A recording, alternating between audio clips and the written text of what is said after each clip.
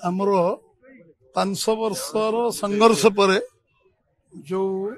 रामलाल प्राण प्रतिष्ठा अयोध्या रे आगामी जनवरी 22 तारीख दिन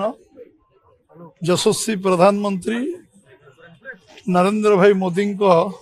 उपस्थित रे जो प्राण प्रतिष्ठा हम तापाई आमर विश्व हिंदू परिषद एवं पूरा हिंदू समाज तरफ सबू मंदिर सारा देश रे 5 लाख मंदिर को परिष्कार परिच्छन्न करने कार्यक्रम जो आरंभ होता शुभारंभ प्रधानमंत्री नासिक रु आरंभ कर 12 तारीख ये कार्यक्रम 21 तारीख पर्यंत चलो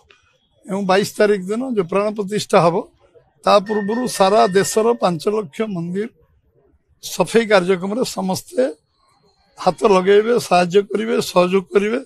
एवं मंदिर स्वच्छ भारत कार्यक्रम आंदोलन में परिणत एवं एटा निर्दिष्ट भाव में मंदिर परिष्कार परिच्छन्नता पर गुरुत्व दिखाई रामलाल प्राण प्रतिष्ठा पूर्व सब मंदिर सफाई कार्यक्रम हम तेणु ये दृष्टि आम समस्ते आमर समस्त कार्यकर्ता कर्मकर्ता